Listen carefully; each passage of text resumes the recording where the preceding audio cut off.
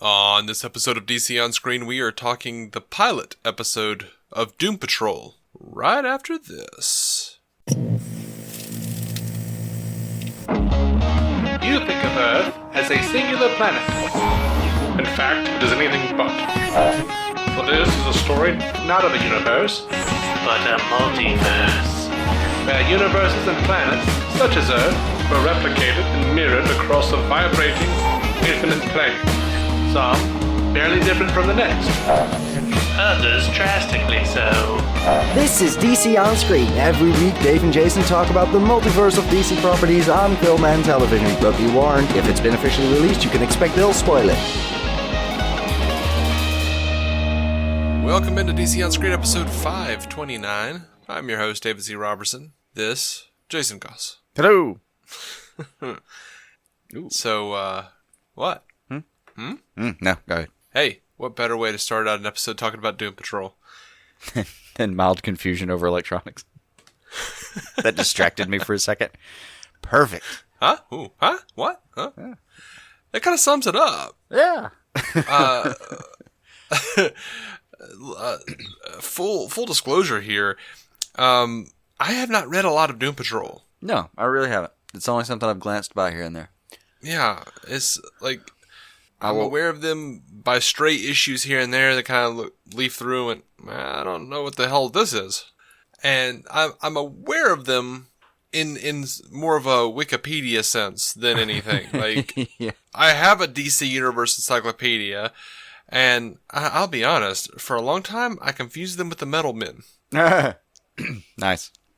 And there are ties, but so look, I'm not even gonna try to like I've done a lot of reading up, and I really need to get back into that Grant Morrison. Like I kind of started the Grant Morrison run a while back, and then fell off as I do. So It can happen sometimes. but it was so long ago, I don't remember. And looking at Wikipedia, I understand why. There's nothing to latch on to as far as like a concrete story. Oh yeah, it's bizarre. Like when it's there, but anything Grant Morrison does is so Grant Morrison that like it's not like you're going to be able to remember like, oh yeah, it's the Superman story where this was slightly this way. Yeah, it's not. It doesn't build on the normal. It doesn't use the normal set of Legos, man. It's an erector set. It's all kinds of. He's his own thing. mm-hmm. It's like I've read his Animal Man run, and I remember his Animal Man run, but I think if I'd stopped halfway through, I wouldn't remember anything.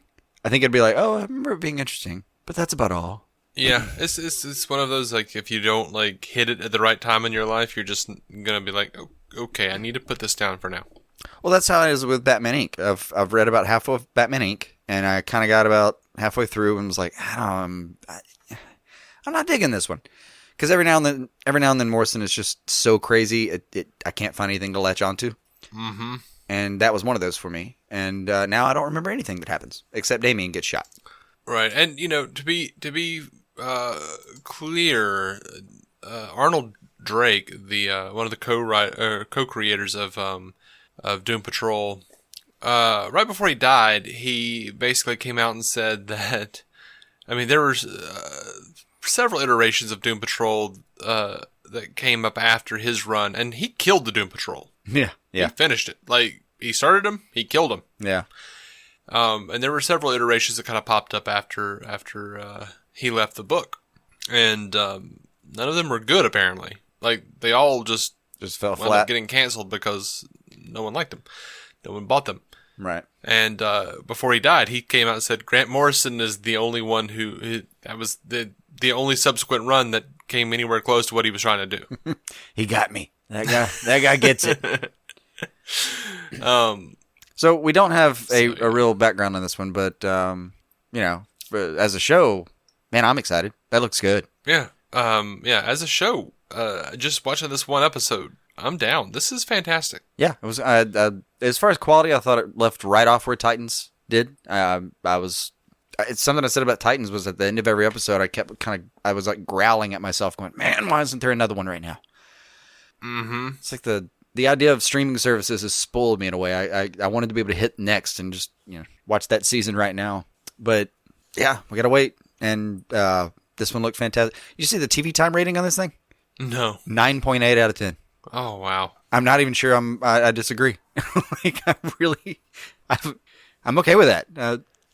Now, granted, if it's a skewed number. Like, if you're following that page, you were already interested in the show. So, yeah, and I saw a couple of comments from people on Twitter responding to different.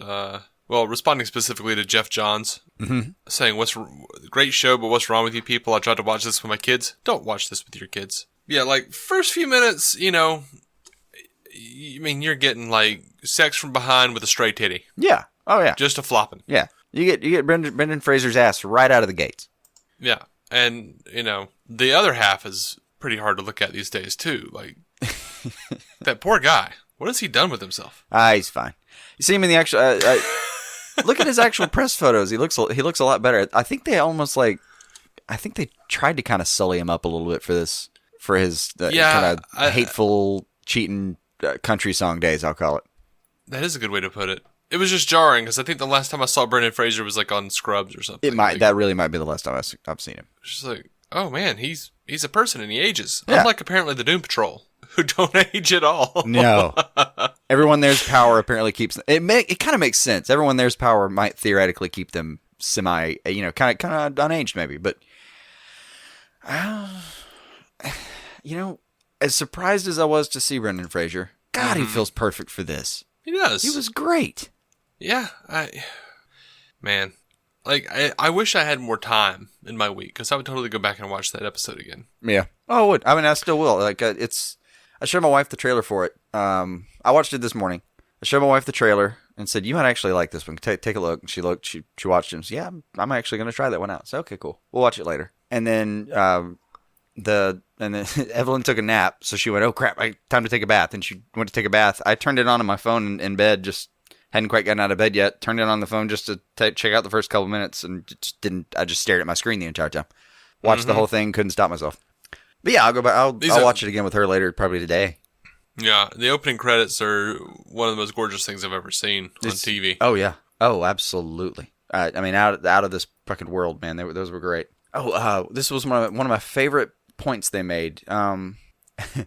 One, they gave kind of a fun explanation for Robot Man having like a nice like an 80s wardrobe, so they could get him in this nice kind of his time costume and an iconic Robot Man costume.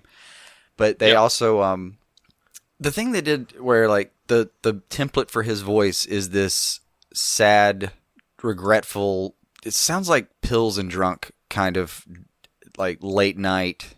Mournful, almost like mournful, regretful voicemail. Mm-hmm. The fact that that's what they use for the template for his voice, it makes me so happy. That's just so tinged with. There's a lot going on there. Yeah, that was a great choice. And then the reveal in the episode where with all that, it was just good. That part was just really good. And using Robot Man as kind of a framing device for the episode, also I thought it worked pretty well. Everybody's origin stories kind of come in. Yeah, That it worked pretty well. I think it worked because it does seem like for just a minute that Robot Man is the audience proxy, but I mean, literally, we see the show through his eyes for a second there. We do. But then they kind of pop over and show us Rita's story just a little bit. I don't remember what they changed about her story from the initial incarnation. I think it was some sort of volcanic situation back in the day, but I don't know. Like, no idea back what her in the comics old comics. I'd have to pull out the encyclopedia too. I don't know. Yeah, like back in the old days, Negative Man was like exposed to a radioactive field, and now it's like, oh no, it was like the negative spirit. It was an actual sentient being that plowed into him. That apparently he doesn't have complete control over yet. Yeah, so I guess whatever this is that's in What's-Her-Face and whatever's in him keeps them young. I don't know why Calder's young or stays kind of mostly young. I don't know. Or if he was young the whole time. Yeah, we don't know with him. We don't know what's up with him yet. Importantly, though, the show is, and I think appropriately, told kind of through Alan Tudyk's narration. Exactly. And fourth walled on top of that. And fourth walled. And I mean, he at the beginning of the show, Mr. Nobody posits that another show about superheroes is just what the world needs. Right. Except this show is so super weird. Like, oh, did you love the it's little so shout out in weird. the middle that where he mentions, the critics are going to hate us anyway. Yes, Well, I did, absolutely. I know that's not the line. I know it was different, but I loved the line when I heard it. What do critics know? Yeah. They're going to hate this show or something, yeah. I forget. Um, But it was a middle finger to the critic. but yeah, but if you're sick of, and ironically, the critics are loving this show. But if you are sick of superhero shows, you might be good here. Yeah. You should watch this. Yeah. This has is a not different normal flavor. superhero show. Yeah. So And, far, I mean, anyway. it is in the sense that we got a bunch of origin stories in the pilot. Sure, Mm-hmm. that's required. But that to me, that's not like a knock. Like a superhero story not having an origin. It feels like it's just part of the art form. To me, that feels I like think so. to have a painting, you have to have a canvas kind of thing. You know, a song has to be Yeah. written in a key. Like these are. It seems so basic for me that I'm not. I've long past the argument people have. Well, it just feels like an origin story. Oh, okay. Did they do it well? That's all I care about. I will say this. I am a fan of the concept. Like, back in the old days, you would read a comic book because no one cared. Like, people didn't care for a long time how they became whatever they were. They were like, oh, this mysterious figure does this. Yeah. And then, I want to say nobody cared. I mean, the creators didn't care because at a certain point, they would keep getting so many letters about why is Batman this or why is, whoever. When it that came they would about, eventually though, write an origin. That's how you had to do it. You couldn't start with. If Batman had started with the first page of the first Batman comic was a kid and his parents get killed in an alley, he wouldn't be here today. No one would have let that story no one would have watched that story and let it develop. No friggin' way. You start with him swinging through the streets, but like killing bad people. I say killing because that's what happened. That's what happened. But Anyway, you got to start with the splashy part, man. You start with the capes and the gadgets and all that crap, and then later, what was it, like 30 issues in before they told his backstory? I think it was Batman #1 in 1940. So that would have been he would have been a 2 years. detective. Yeah, he would have been in Detective Comics for 39. So it'd been like a year, somewhere, a few months to a year. Yeah, okay. I don't remember the exact dates because I'm a bad fan. Sorry, we don't remember the entirety of the 100 years that this has been going on. I'll get better. I'll do better. I promise. At least we could remember the beginning. Yeah, I'll get the years But right. no, I like the idea, and we're not going to get that necessarily here, but that's okay. I do like the idea that we could do a show and basically have them. I know you don't necessarily know the reference, but maybe you'll understand what I'm talking about. I like the idea of doing Lost in comic book superhero form, where you have characters and then you have flashbacks every episode showing how that character got there. That part I got. I I did remember that was yeah. a part of how Lost formatted its show. Mm-hmm. And I loved that, honestly, because I'm like, what's Sawyer's deal? Why is he such a jerk? And then you kind of cut back, like, well, here you go. Okay. This is what happened. There's a little piece of the puzzle. Yeah. 3 or 4 episodes later, we get another Sawyer episode. Oh, well, look at that. That's another piece of it. Okay, cool. That works for me. If nothing else, it worked for this episode. And Tudyk even gave a little, there's, again, so many good fourth wall jokes where he says something about, like, and surprising no one, the team, blah, blah, blah. Like we knew, we all knew they were going to team up. No big deal. Mm-hmm. Yeah, just good. I heard him say he was, and I had trouble not listening for it because now I was attuned to it. But he mentioned that he was doing the Joker voice and some of his voiceover work for Doom Patrol at the same time. Like, and he was trying to actively make sure that they were that they were different. Mm-hmm. So did you find yourself like, because I know we talked about that. Did you also find yourself kind of wondering, like, well, if he's doing that, I wonder what he's doing for the Joker? A little bit. It occurred to me at least a few times. He does just sound like Alan Tudyk to me, though. A little bit. But more of the whimsical Alan Tudyk. There are variations of Alan Tudyk. There's the silly whimsical version of him. There's the sinister whimsical, and he's very definitely doing sinister whimsical here. Mm-hmm. Mm-hmm. The true whimsical is, curse your sudden and inevitable betrayal. Yes. And then you have whatever the hell he's doing for Green Arrow over in Young Justice, which just seems about as straight as you can play. Yeah, that just seems like him using his voice to act as someone. It doesn't sound like he's characterizing himself at all. Just And Alan it just Tudyk's feels like voice. it just feels like sometimes at the end of sentences you can go, "Oh, hey, it's Alan Tudyk." Right. When you hear that there's a little lilt at the end when his voice line, or like when he stops a word, you can hear it. That's it. But other than that, it just sounds like him, which I dig. I mean, he's a versatile dude. That's why we wanted to see him in both these roles, frankly. And having seen him as much as I did see him in this, man, I'm pleased. Yeah, he's great. Yeah. He's always great. But yeah, I love that this is a dark, gritty, bleak as hell show. Yeah. But that Mr. Nobody's like tongue-in-cheek gaze into the fourth wall, like, keeps it from being kind of a slog. You know what I mean? Yeah. And it was fun to see a show that had a framing device like Robot Man that was encapsulated with another framing device. That I don't know. I haven't seen a lot of that, at least that I can recall. Felt fresh. Felt interesting. Yeah. Speaking of fresh, though, Timothy Dalton is so drastically different than the guy that was in Titans as the chief. Yeah, I like him much more. I like him much more, but he's so drastically different. If I were in charge, I might throw a little money at replacing Bruno in Titans entirely with Timothy Dalton. Just redo those scenes.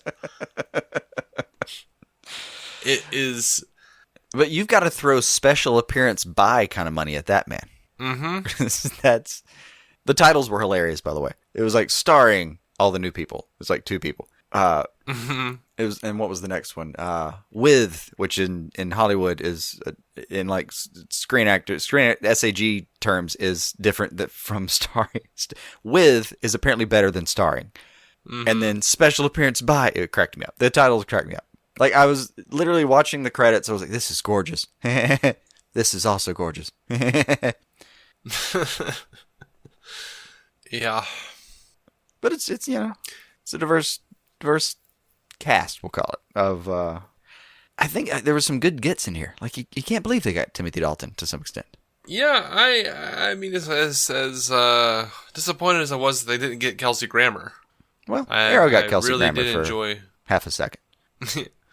I did enjoy Timothy Dalton a lot, much more than Bruno over in Titans. Right. Loved Rita. She was great. Negative Man, I felt like shines like much less here than he did in Titans, but I did love how Rita bossed him around. He's like standing there with his little plant going, "I'm not going. Come on. Damn it. All right." I don't know. For some reason, I didn't feel like it was bossing around so much as it's almost like she's saying, "I really want to do this," and he's like, "I'm gonna have to go with her, aren't I?" It somehow it felt more protective than anything else. Maybe that was it. I mean, it was subtle. There wasn't a lot of interaction to it. You can kind of read into it, but for me, it felt like it was a little protective of her. Like he was just, "Oh God, come on, all right, fine, we'll go." And Dude, Crazy Jane was fun. Crazy Jane was fantastic. He was what? I have. Well, he was a lot of fun, but I felt like he was the one character in this that was like, "Oh, dude, we need to get more into that." Like everyone else, I felt like we got a lot of play out of in him, and it was because of like all the dancing around in the kitchen that we've seen before and all that. It was, man, I know I know they're about to do a lot more with that character. I don't feel like we got to see him stretch his legs that much. Yeah, but Crazy Jane crossed my mind when I was watching, like as she's like switching characters and performances. I'm like, that has got to be a lot to keep track of. There's got to be like some person on set that's just in charge of making sure she's doing the same character at the same time for Hammerhead or whoever, or Jane or whatever. If it's just her keeping track of all that, good job. I mean, they've never even touched on all of the personalities in the books. Yeah, it's a lot to write in. She has 64 personalities. It's a cool concept. 64 personalities and 64 powers. Like I know Legion has a similar thing going on. Yeah, but it doesn't have to be a unique concept. Few things between Marvel and DC are unique. It's a cool concept outright. Now, of these 64 personalities, I think in this episode we saw Crazy Jane herself, the unpowered, dominant personality. We saw the Hangman's daughter, an artist who can psychically activate her paintings. Oh, Hammerhead, that's what that was. Okay, yeah. All right. Hammerhead, who's the mean personality, and Sun Daddy, a giant with a sun for a head who throws fireballs. Yeah, we saw that for just a second. Oh, that was a really funny moment, too. What are we going to do? Okay, we're not going to do that. Something else. Oh. Yeah, the actress doing it, though. Great job. I worry for her.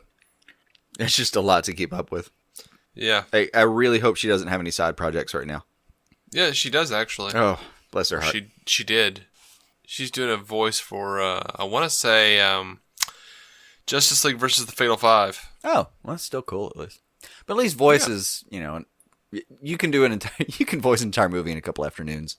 Mm-hmm. Like, you're home by 5 o'clock. Yeah. Crazy Jane, good. Rita, still great. Actress is fantastic. Loved her little scenes. Mm-hmm. Don't know how they're going to get... Especially as out of control as she got, I kept wondering, like, all right, well, so what's going to be the story arc where she gets control of this? Because she is really not in control of this. Mm-hmm. And same with Negative Man. He's been there for 20 years apparently, and they've both been at the mansion. It's the one thing where I thought, okay, well, you've been here for like 20 years. Why do you think you're going to get better at this point? Oh, I thought they'd been there for a lot longer than that. I thought they'd been there for 60, 70 years. I'm just saying we know they were there in the 80s, and we know they were there in the 2018, so 30 years. Yeah. So we know it's been a while. I would just like to see a little bit, and I think they will, a little bit of the progress. Like, where did you start? Because right now, when you go out in public and someone vaguely mentions the rumor that you went into porn, you blobbed out and destroyed Main Street. Mm-hmm. If that's where you are now, where did you start? And same with Negative Man. Like, I don't know what Negative Man was really getting up to, but he comes in, He's brave enough to at least go in there and get a beer. I don't know how he was going to drink it. I kept hoping the show would give me an answer to that, but they didn't. Mm-hmm. But I'd still like to know, like, I really want to know about their powers. That's part of what I'm getting at here. Is I just want to know about their powers. What's the story arc with their powers? Because any supernatural kind of entity programming, that's part of the storyline, right? Mm-hmm. Like, it's a huge part of Smallville is watching him get a little more of his Supermanness as it comes, that kind of thing. Even with Gotham, watching David Mizzou get just closer and closer to bats, Right. I mean, you may or may not know. I don't know. Rita, her code name in the comics was Elastigirl. Yeah. And Negative Man's power was that he could this negative energy field comes out of him that's shaped like a man, and his body just kind of goes limp. Yeah. No, it just sits there. It's over. Mm-hmm. I know those parts of it, and Elastigirl's. In the times I've seen Elastigirl used, it's basically she can get really big if she has to, and she can kind of change shape when she needs to. Yeah. Negative Man feels like a little like Boston Brand, kind of similar power set, except the Negative Man part is the part that's not the main identity. Mm-hmm. But within this show, I just want to know what they're doing with this, because I actually, it's the one part I do know, is I do know from the comics what they're supposed to be able to do a little bit, but I just want to know what they're doing with him here. Okay. Same with Mr. Nobody. Like, what the hell is he up to? Well, his powers are that he can drain people of their sanity. So Grant Morrison said, I don't know if that ties into the donkey. I don't know if that portal in the middle of the street's real. I don't know. Like, well, two things crack me up. One, he actually describes himself as I used to be a middling, third-rate kind of guy, blah, blah, blah. And that's also true in the comic history. When he was originally created, some 50 years ago, he was basically just a henchman. He was nothing. And then you shoot forward to the Grant Morrison era, and they really upgraded him. Mm. I think that was a little nod to the character's arc, that he did get upgraded at some point. But in this show, I don't know the comics well enough to know if the mind is the limit is somewhere in there, but I would bet you money that Grant Morrison has written that line at some point. Maybe so. Just feels Grant Morrison-y, Mm-hmm. And within the show, I don't know what they're doing. I mean, he looks, from what I've seen, he's slightly omnipresent, can kind of appear when he wants to, kind of thing. He's corporeal. That's weird. Or not corporeal. I mean, that's weird. That always. Yeah, I know what you meant. Yeah. I said the exact opposite of what I meant, but that's always freaky. Like, I don't know what happened to him in that machine. And I'm deeply interested by it. Like, it's part of why I enjoyed the show so much and why I was mad when the 58 minutes were up. Yeah. But I was watching him and thinking, like, dude, is this guy like, is he Legion or what? Like, what? How powerful is this guy? Good God. What is it? what is it that he had to keep repeating? The mind is the limit. The mind is the limit, and that's what the donkey farted. Yep, that's what the donkey farted, because that's the thing that's happened in this show. The donkey farted a message that said the mind is the limit. Yeah. Out of all the things I thought was going to happen with that donkey, that wasn't one of them. It was not one of them. It was not. You said some other like crazy stuff happened in the Morrison run, though. Oh, some really crazy stuff happened in the Morrison run. Just looking at it through the comic book, through the Wikipedia. Yeah, like Morrison's obsessed with like stuff like Dadaism and surrealism, and he's like Mr. Nobody. Literally, he's kind of Jungian a little bit. Like anything that involves, like I think Morrison's probably a big Bill Hicks fan. If I asked him, like, anything that involves the like we are all one consciousness experiencing itself subjectively, huge fan. He's a huge fan of that. He really likes secret societies as well, so a lot of that was in there. Yeah. So yeah, he's really into satire. So there's a lot of, I assume we're going to get a lot of satire, a lot of superhero TV show satire. I mean, look, man, I'll throw some ideas here that I haven't even told you about necessarily. Some of them I have, but here's according to Wikipedia, and I kind of remember some of this. Here are some of Morrison's villains for Doom Patrol. Red Jack, who is a near omnipotent being who thinks he is both Jack the Ripper and God. Oh, perfect. He lives in a house without windows, torturing butterflies to create the pain he needs to survive. I did tell you about this one, Dear though. God. The Brotherhood of Dada are an anarchist group who fight against reality and reason. It features members such as Sleepwalk, who can only use her tremendous powers when asleep. Right. Of course, naturally. She takes sleeping pills and listens to Barry Manilow before battles. And the Quiz, who has every superpower you hadn't thought of. And a pathological fear of dirt.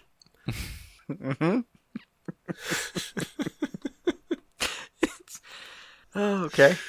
There is... The Scissormen, a race of beings that attack non-fictional beings in the real world, i.e. the world of the Doom Patrol, with their large scissor-like hands and cut people out of reality. Of course they do. Dude, the word no isn't in Grant Morrison's brain. There's no filter. Mm-hmm. Every neuron, every dendrite is yes and. The whole fucking world for him is just so, like, I would love to see it's a light with possibilities. It must be amazing. Yeah. And the All crazy right, part is so, he understands storytelling so well that by the end of it, most of the time he makes it work. It's amazing. He does, and then other times it falls flat. Other times you cannot figure out what's going on. It's and the crazy part is like when he makes it work, it's so brilliant that the times when it doesn't work, I actually blame myself. I literally think this is probably my fault that I'm not getting into this. I don't. I blame whatever drugs Grant Morrison is on. He's not even on that That's many. what I blame. He's really not. Like he's taken a lot of acid. He's not even on that many. Yeah, you would think it was like you would think he was on the further bus with Ken Kesey, the way he conducts himself, and I'm sure he would have been. He probably would have enjoyed himself, but you would think that he just wakes up, has 3 hits of acid and a pint of Jim Beam and starts his day. No. I think he's just this way. I think he's just this way after some of that behavior, though. Mm-hmm. Maybe. It's all right. It was a weird lifetime though. Like, didn't he grow up like in the we might die any minute of a nuclear bomb era, and his parents were revolutionaries, like literally. I honestly don't revolutionaries. I think it was something crazy like that. I remember it was a fascinating episode of Fat Man on Batman. That part I definitely remember. Now Fat Man Beyond, if you want to go back and listen to that, it's way on back in the archives. But fantastic cinematography in this episode. Gorgeous. Music was fantastic. Mm-hmm. You know, if I had one complaint, it really was just that. I mean, he didn't look that bad. I guess it's just there's something, I don't know what it was exactly. There was something very disconcerting to me. Maybe it's just the old, Southern Baptist repression kicking up, in adulthood now. Something very jarring and disconcerting about seeing Brendan Fraser, have sex with that woman.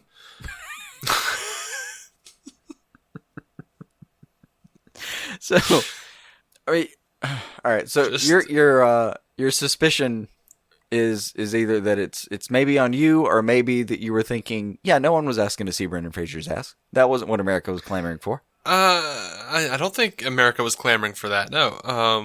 There was just something unsettling, and maybe it was the the stray loosened titty flopping wildly. I don't know, man. It was just the haphazardness of it all. Like maybe it was an issue with a lack of golden ratio. I don't know.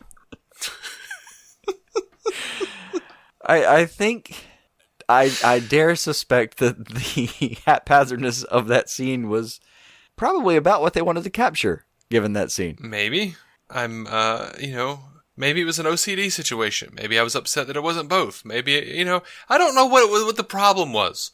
But the scene was off-putting for you. That scene was as off-putting as the later scene where we find out that it was that. And by the way, that was a change to his backstory. He didn't get in a crash on the racetrack. It was on the road, and he decapitated his wife, and he thinks he killed his daughter. Yeah, apparently he didn't. Oh, and there's going to be some story with that daughter. There's going to be some story with that daughter. So forward. I don't know what the deal is. I can. If you want me to, I can mention what they did with the chief in Morrison's run. Nah. They may not use it. Yeah. Nah. Yeah. Nah. I mean, it's there on Wikipedia if you guys want to look it up. I'd say I'd rather read it, but I've been meaning to read his run on Doom Patrol for a while, and just still haven't pulled the trigger on that. I have it on a list on Amazon, and just still haven't purchased it. I mean, it's one of those things where you're going to go in and you're going to say, this doesn't feel completely like a wrap up, and you're also going to feel like it doesn't like start out completely like you would want it to for an origin, because they literally just had him pick up from somebody else, and they had that person kind of kill off or kick out the members of the team that Morrison didn't want to use. Nice. When he was coming in. So like you got like a short introduction to, this person or this person, and then you start his run, and then at the end of it he hands it off to somebody else. So I mean, it was an ongoing book. So he just did an end story reboot. Yeah, kind of. I mean, it was just his run. Hey, you got to make it your own. I've forgiven a lot of things based on you got to make it your own. But yeah, I don't know what else to say. Like is it weird that I felt like Rita got everything she deserved after I watched her demand that armless man be replaced because he's an eyesore? Well, to me it played as it was supposed to be kind of an on-set crew getting the cast back for something, not quite a prank, but like a mild punishment, take your medicine kind of thing. You think they sabotaged the pier? I think they sabotaged the pier, and whatever the hell was going on under that pier happened to catch her. Yeah, whatever that was. Because the two dudes in charge asked the crew to help, and they just kind of stand there like, no, we're not going to do that. That was fantastic. Mm-hmm. It was just like, nope, she's kind of a no, bitch. She's a terrible person. Not sure we like her. She can just stay under the water for a minute. I mean, I don't think they were trying to kill her, but it sure looked like it was a bit of a retaliation. So, but like no one could have possibly anticipated whatever the hell substance it was under there. And for both of them, like for both of the ingested substances that have created these characters, we have no idea what the negative thing was, what its backstory was, whatever the green was that was in that lake shot. We don't know what the backstory is on the actual essences. Mm-hmm. Wouldn't mind hearing that at some point. I mean, I think the negative spirit was, extraterrestrial in nature, but they did do a fair amount of that they did go into that in the comic books. That's fine. I mean, I'm okay with that. It'll probably just amount to Calder saying something like, they're extraterrestrial in nature and moving on. I'll be like, okay, cool. Problem solved. Maybe. Addressed. Good to go. I mean, but again, in the same universe, we have, coriander. Yeah. I mean, no, it doesn't bother me. I'm already okay with aliens in the DC proper. Yeah, they might do it differently in this show, Should we call this the DC streaming universe? Just to differentiate it? I mean, whatever. Whatever you want to call it, We'll get behind it? Yeah. I'll probably just keep calling it DC Universe. But we were calling it the DC Universe before Warner Bros. Decided to call it the DC Extended Universe for reasons that we didn't understand at the time. Oh, I was calling it the DC Cinematic Universe. Were you? Okay. Yeah. That's right. You were. You were saying DCCU. I remember that. That makes sense. Okay. Well, Roll back the tape. I recall it now. I'm going to propose DCSU for this particular universe. Whatever makes you happy, man. It does. It does make me happy. I'll call it whatever my feeble brain decides to call it at any given time. It's all we can do. All we can ever hope for. You know, it sounds like an old jalopy starting up. DC Universe. Okay. That's what it is today, I guess. That's what I could conjure.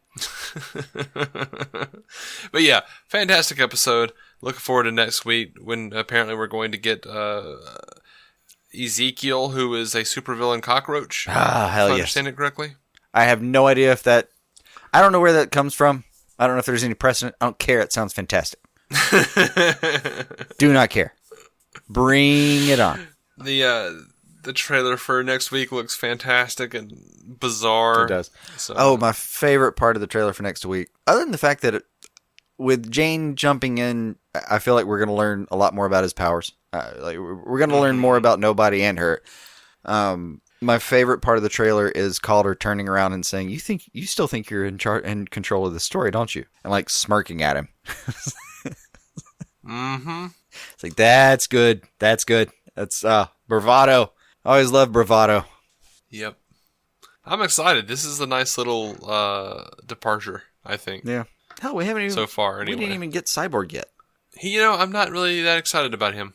I think I will be. Based on the rest of the show, I think I will be when I see him. Maybe so. I mean, Cyborg isn't one of my favorite characters, but he's one of those characters where I don't think he's my favorite character, and then people introduce him, I'm like, yeah, I like that guy. And then I forget about him again, and then somebody brings him up again, I'm like, oh yeah, I like that guy. That's fair. For some reason, he doesn't place high, and then I actually like him. I don't understand that. Yeah. You have anything else? I think that was it. All right. That was it. Well, everyone, thank you so much for listening. We'll come back at the end of the season and kind of review the whole thing. Mainly, we just talked about the comic books, kind of, I think, but it was fantastic, heart-wrenching piece of television we just watched. Yeah, it took me through the whole spectrum. It was great. If there was something you wanted to talk about we didn't talk about, just tell us. Yeah. DCOnscreen@gmail.com. We're on Twitter @DCOnscreen. You can also hit us up on Instagram. Same thing. We're on Facebook. There'll be a link to the Facebook group in the show notes, I guess. That's what you're looking for. And what do you want to do? News on Wednesday? So news on Wednesday. Sound good? Cool. All right. Well, thanks for listening. Until next time, keep some DC on your screen.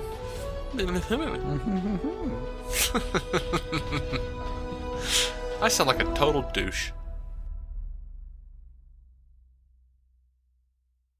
Our opening narration was from Dan Jurgens' The History of the DC Universe, Part 3 of 10, as featured in DC 52, Week 4. It was performed by me, David C. Robertson. Intro music by Jason Goss and Michael Shackelford. Michael's band, Future Elevators, could be found on Spotify or future-elevators.com. Our introduction was performed by Effie Oppelders of the fantastic podcast Stealing the Remote, which lives on SoundCloud. It can also be found on iTunes and Stitcher. We are proudly in partnership with TV Time, TV show calendar and social media site that lets you keep track of what you're watching, what your friends are watching, and where you all left off. DC On Screen is a maladjusted production. Visit maladjusted.tv for more from me and Jason, including sketch comedy, an improvised web series, vlogs, parodies, and more. Are you